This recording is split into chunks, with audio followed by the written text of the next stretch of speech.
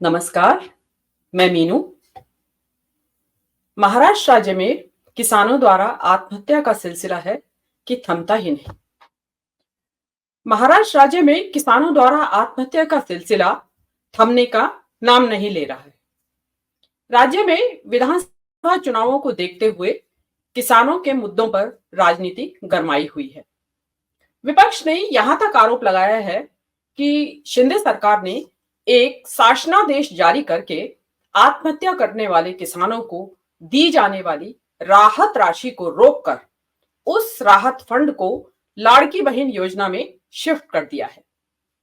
कपास का दाम एमएसपी से 500 रुपए प्रति क्विंटल से भी अधिक नीचे चला गया है। कपास का बाजार भाव 6,500 से 6,600 रुपए प्रति क्विंटल के बीच है, जो 7,122 रुपए के न्यूनतम समर्थन मूल्य से भी कम है। मतलब 500 रुपया प्रति क्विंटल कम मिल रहा है उनको एमएसपी से भी। किसान कपास के आयात पर तत्काल रोक की मांग कर रहे हैं। जाहिर है कि आयात के कारण घरेलू बाजार में कपास के मूल्य में भारी गिरावट आ रही है।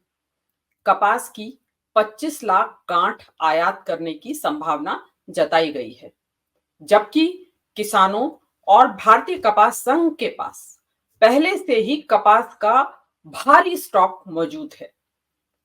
जब देश में पहले से ही इतना स्टॉक मौजूद है, तब कपास का आयात करने से निश्चय ही कपास के दाम औंधे मुंह गिरेंगे, जिससे किसानों को भारी नुकसान होगा। फायदा होगा तो केवल व्यापारियों का। सोयाबीन का भी यही हाल है। किसानों के लिए उपज की कीमत में कोई बदलाव नहीं हुआ है, लेकिन उर्वरक और कीटनाशकों की कीमत में काफी वृद्धि हुई है। नाराज और निराश किसान सरकार से कागजी योजनाएं घोषणाएं करने आए। मुद्रास्फीति की दर के आधार पर कपास और सोयाबीन की फसलों का उचित मूल्य सुनिश्चित करने की मांग कर रहे हैं। किसान पहले से ही उपज की कम कीमतों, कृषि उपकरणों पर 12 से 28% जीएसटी और बेमौसम बारिश के कारण परेशानियों का सामना कर रहे हैं। किसानों की आत्महत्याओं की समस्या के आधे अधूरे समाधान और इस संकट से निपटने के लिए एक व्यापक रणनीति की कमी ने इसे और गंभीर बना दिया है। इससे अधिक हास्यास्पद बात क्या हो सकती है कि राज्य के जिन भागों में किसानों की आत्महत्या की दर ज्यादा है, उन भागों में महाराष्ट्र की शिंदे सरकार धार्मिक कीर्तन व प्रवचन के माध्यम से किसानों के मन में सकारात्मक विचार लाने और उनकी सोच को बदलने के लिए एक कार्यक्रम लेकर आई है। मतलब एक आर्थिक समस्या का धार्मिक समाधान खोज कर लाई है शिंदे सरकार। वाह, क्या समाधान निकाला है। इससे भी ज्यादा शर्मनाक बात यह है कि सरकार के मंत्री किसानों की आत्महत्या के लिए अपने ढुलमुल रवैये और नीतियों को जिम्मेदार ठहराने के बजाय मानसिक रोगों को इसका कारण बताने से नहीं हिचकिचाते। किसानों द्वारा आत्महत्या के मामलों में महाराष्ट्र आज भी नंबर 1 पर बना हुआ है। राज्य में किसानों की आत्महत्या के कुल मामलों में 84% मामले विदर्भ और मराठवाड़ा क्षेत्र में हुए हैं। इसमें भी राज्य का जो विदर्भ संभाग है, उसके अमरावती डिवीजन में यह आंकड़ा सबसे ज्यादा है। महाराष्ट्र राज्य का उत्तर पूर्व का इलाका विदर्भ कहलाता है और इसमें कुल 11 जिले आते हैं। नागपुर, अमरावती, चंद्रपुर, अकोला, वर्धा, बुल्ढाणा, यवतमाल, भंडारा, गोंडिया, वाशिम और गढ़चिरौली। पिछले 2 दशकों में इस विदर्भ क्षेत्र में किसानों की 22,000 से ज्यादा आत्महत्याएं हुई हैं। आंकड़ा देखिए आप, 20 साल के अंदर 22,000 से ज्यादा आत्महत्याएं हुई हैं अकेले इसी साल, यानी 2024 में। जनवरी से जून तक विदर्भ के अकोला, बुल्ढाना, वाशिम, यवतमाल और अमरावती में किसानों की आत्महत्या के करीब 557 मामले दर्ज हुए हैं। लेकिन समस्या आंकड़ों से ज्यादा विकराल है। तो आइए जरा वर्तमान सरकार का लेखा जोखा बांच लें। प्रधानमंत्री पद पर आसीन होने से पहले नरेंद्र मोदी जी ने देश के किसानों को सुनहरे भविष्य के सपने दिखाने शुरू कर दिए थे। अक्टूबर 2013 में उन्होंने किसानों से आग्रह किया था कि वे अपने इस्तेमाल किए हुए लोहे के कृषि औजार लौह पुरुष सरदार पटेल की मूर्ति बनाने के लिए दान करें। उम्मीदों से भरे किसानों ने अपने अपने कृषि औजार दान किए। अब उन औजारों का हश्र क्या हुआ होगा, यह इसी बात से मालूम पड़ जाता है कि सरदार पटेल की वह मूर्ति किसानों द्वारा दान किए गए लोहे से नहीं बल्कि चाइना से बनकर आई थी। अब आ जाइए 2014 के लोकसभा चुनावों में अपनी चुनावी रैलियों में मोदी अक्सर कहते थे, किसानों को आत्महत्या के लिए मजबूर क्यों किया जा रहा है? क्यों उन्हें मजबूर किया जाता है कि वो साहूकारों का दरवाजा खटखटाएं? क्या ये सरकार और बैंकों की जिम्मेदारी नहीं है कि उन्हें ऋण मुहैया कराएं?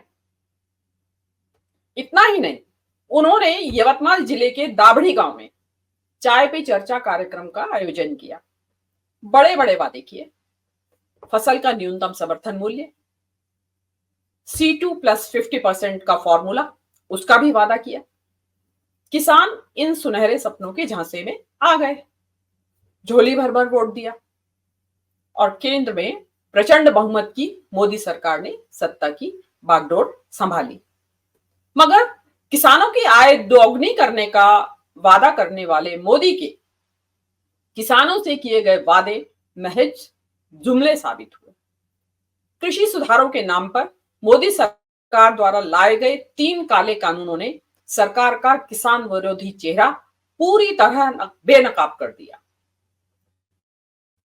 बहुप्रचारित प्रधानमंत्री फसल बीमा योजना किसानों के बजाय प्राइवेट बीमा कंपनियों को लाभ पहुंचाती है। चुनाव से ऐन पहले प्रधानमंत्री किसान सम्मान निधि के नाम पर जो चंद सिक्के किसानों की तरफ उछाले जाते हैं, वह विश्व की 5वें नंबर की अर्थव्यवस्था के मुंह पर करारा तमाचा है। हालात यह है कि खोखले वादों और बदहाली से त्रस्त किसानों द्वारा आत्महत्या का सिलसिला बदस्तूर जारी। 100 बात की एक बात है, किसानों को अपनी उपज का सही दाम नहीं मिलेगा तो आत्महत्याएं रुक नहीं सकती। कैसे रुकेगी आत्महत्याएं?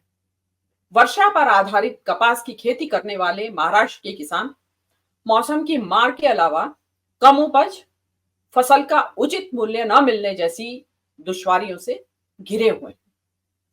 बेहतर क्वालिटी की भरपूर उपज के लिए उन्नत किस्म के बीजों की आवश्यकता होती है और जिनकी कीमत निसंदेह ज्यादा होती है। खेत की जुताई, कटाई, सिंचाई के लिए पानी, खाद, कीटनाशक और उपज की मंडी तक ढुलाई, इन सब के लिए पैसे की जरूरत होती है और जो पैसा है वो एक सीमांत और गरीब किसान के बूते के बाहर की बात है। लागत बहुत ऊंची है। खेती के लिए बैंकों से लोन मिलने की प्रक्रिया बहुत लंबी और दुरूह होती है। वैसे भी बैंक किसान को लोन देने में आनाकानी करते हैं। बुआई का सीजन निकलते देख परेशान किसान अंततः साहूकार की शरण में पहुंच जाता है और साहूकार तुरंत उसकी समस्या का निराकरण कर देता है और इसके साथ ही शुरू होता है ब्याज पर ब्याज और शोषण का अंतहीन सिलसिला। लेकिन उसका दुखद अंत होता है किसान की आत्महत्या पर। सरकार के ढुलमुल रवैये से उपजी निराशा और बेबसी किसानों को आत्महत्या की तरफ धकेलती है। ऐसे में मानसून का अनिश्चित व्यवहार, सिंचाई के लिए पानी की कमी, जलवायु परिवर्तन के चलते असमय सूखा या अतिवृष्टि, फसल नष्ट होने की स्थिति में सामाजिक सुरक्षा जैसी किसी योजना का अभाव, भंडारण सुविधाओं के अभाव में कौड़ियों के भाव फसल बेचने की व्यवस्था और कर्जे का बढ़ता हुआ बोझ, ये सब मिलकर या इनमें से कोई भी एक या दो कारण किसान के जीवन को अनिश्चितताओं के भंवर में फंसा देते हैं और जिससे बाहर निकलने का कोई रास्ता साधनहीन किसान के पास नहीं होता और जिसका नतीजा होता है किसान द्वारा आत्महत्या। हर साल महाराष्ट्र में किसानों की आत्महत्या के आंकड़ों पर तो चर्चा होती है, मगर इस समस्या की विकरालता को कम करने या समाप्त करने के लिए सरकार की तरफ से कोई ठोस पहल होती दिखाई हमें नहीं देती है। क्या कारण है कि औद्योगिक रूप से समृद्ध राज्य में कृषि की ऐसी दुर्दशा है कि किसान आत्महत्या करने को विवश हैं? क्या कारण है कि महाराष्ट्र और उसमें भी विदर्भ डिवीजन किसान आत्महत्याओं के मामले में सबसे ऊपर है? क्यों नहीं कृषि उपज के भंडारण की सुविधाओं का विकास किया जाता है ताकि किसान को अपनी उपज औने पौने दामों में बेचने के लिए मजबूर ना होना पड़े? क्यों नहीं कृषि उपकरणों को जीएसटी के दायरे से पूरी तरह मुक्त कर दिया जाता है ताकि किसान की कृषि लागत कम आए? क्यों नहीं लघु तथा अति लघु सिंचाई योजनाओं का ऐसा जाल बिछाया जाता है जिससे सूखे की स्थिति में फसलों को नष्ट होने से बचाया जा सके? क्या कारण है कि विश्व की 5वें नंबर की अर्थव्यवस्था वाले देश में किसान के लिए ऐसे किसी वैकल्पिक रोजगार या आमदनी के साधन की व्यवस्था नहीं हो पाई है जिससे प्राकृतिक आपदा या अन्य किसी कारण से फसल नष्ट होने की स्थिति में किसान विचलित न हो और उसका सामान्य जीवन चलता रहे? क्या कारण है कि सामाजिक संस्थाओं द्वारा बार बार अनुशंसा किए जाने के बावजूद आज तक भी सरकार किसानों को मनोवैज्ञानिक काउंसलिंग की व्यवस्था नहीं कर पाई है ताकि उनमें विपरीत परिस्थितियों का सामना करने के लिए मानसिक बल और इच्छा शक्ति पैदा हो सके? देखिए, कर्ज माफी समस्या का एक अस्थायी समाधान है। समस्या के स्थायी समाधान हेतु किसान के लिए आमदनी के वैकल्पिक साधनों का इंतजाम करना ही होगा।